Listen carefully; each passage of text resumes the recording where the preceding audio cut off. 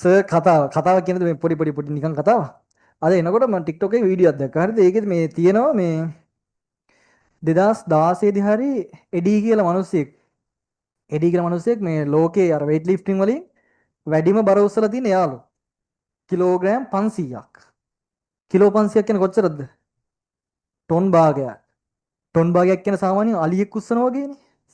නේද? සාමාන්‍යයෙන් වෑන් එක බරත් මං හිතන්නේ මන් දන්නේ කොහොමද හිතන්නකෝ මේ කිලෝග්‍රෑම් 500යිනේ. ඒක දැන් ඔය ෆිසික්ස් වලින් සහ බයෝ වලින් කියනවලු මිනිස්සුන්ට එහෙම බරක් දරන්න බෑ කියලා. ඒ කියන්නේ එහෙම බරක් මිනිස්සෙක් දැරුවොත් උගේ මේ ඇටකට කුඩු වෙන්න ඕන, මාංශ පේශි ඉරෙන්න ඕන, ස්නායු මොකද්ද බිඳ වැටෙනවා, එහෙනම් මොකද්ද බයොලොජිකලි එහෙම දේවල් ටිකක් වෙන්න ඕනලු. හැබැයි අර මිනිස්සුන්ට එහෙම මොකුත් උන්නේ නැහැ. ඌ ඉස්සුවා. මොකද්ද හේතුව? අපි හිතන්නේ පැට්‍රිස් එක කියලා තමයිනේ. එතකොට මේ පොර මෙන්න මෙහෙම දෙයක් කියනවා. පොර කියනවා ප්‍රැක්ටිස් කරපු දේ ගැන කියන්නේත් නැහැ. කොච්චරක් හાર્ඩ් වර්ක් කරාද කියලා කියන්නේත් නැහැ. පොර මෙන්න මෙහෙම වචනක ඒක මරු ඈ. ඒක මමත් කරලා බලලා තියෙනවා. ඒ කියන්නේ මම බර උස්සලා නැහැ. මටත් ඒක වළංගු දෙයක්. හරිද?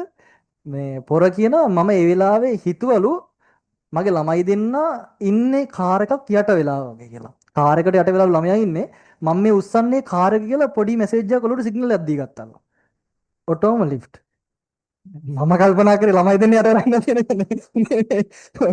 මුන්නම් මුකුන්ද මම. ඒකේ පොයින්ට් එක මොකද්ද? ඒක මරු ළමයි ඈ. ඒකේ පොයින්ට් එක මොකක්ද දන්නවද? සාමාන්‍යයෙන් අපිට දැන් අපේ අස්තියක් බිඳෙනවා නම් අපිට උස්සන්න බැරි බරක් උස්සන්න බෑ කියලා සිග්නල් එකක් අපිට දැන්ලා තියෙනවා. ඒක තේරෙනවද පොයින්ට් එක? අහන්නකෝ.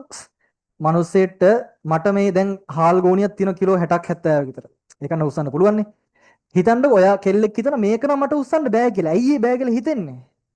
ඔළුවෙන් ඒක එයාට ත්‍රෙට් එකක් විදිහට පෙන්නලා තියෙනවා. ඔයා මේක ඉස්සුවොත් ඔයා ඉවරයි. ඒ නිසා උස්සන්න බෑ. ඒක තමයි පොයින්ට් එක. එතකොට අර වෙලෙ වෙන්නේ මොකද්ද? උගේ මොලේට මැසේජ් එකක් යනවා. මං දැන් ළමයාව බේර ගන්න ඕන කොහොම හරි. එතකොට අර මොලේ අර වැඩ කරන දේවල් ටික ඔටෝම බ්‍රේක් වෙලා උගේ මැසේජ් එක යන්නේ උඹ මේක උස්සන්න ඕන කියන එක විතරයි.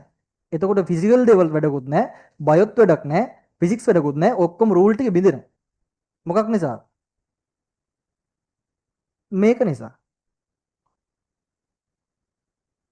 මොකක්ද කිව්වේ? ඒක වලට තේරෙනවද පොයින්ට් එක නැද්ද? දැන් එහෙමයි කියලා වාහන උස්සන්න යන්න එපා. හරිද?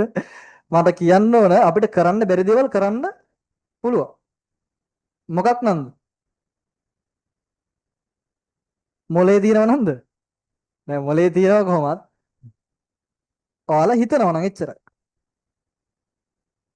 මට කොහොමද දන්නවද ඔක වැදගත් වෙන්නේ?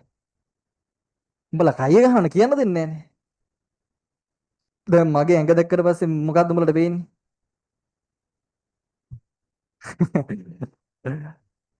උඹලා හිතන්නේ මේක මේ පගරණෙක් වගේ නේ කියලානේ.